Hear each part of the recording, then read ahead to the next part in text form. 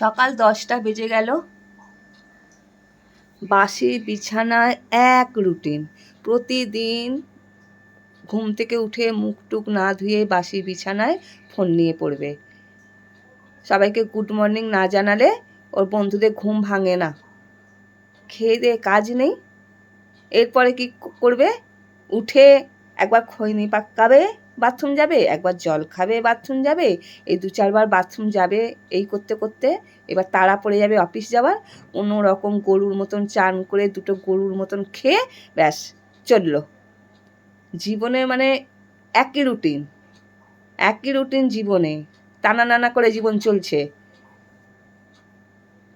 তোমার কি হয়েছে? আমার পিছনে না লেগে তুমি তোমার কাজ করো। কেন কাজ নেই তোমার? একটু নড়ে বাজারটা যাও না, গিয়ে 2টো নিম পাতা নিয়ে আসো না।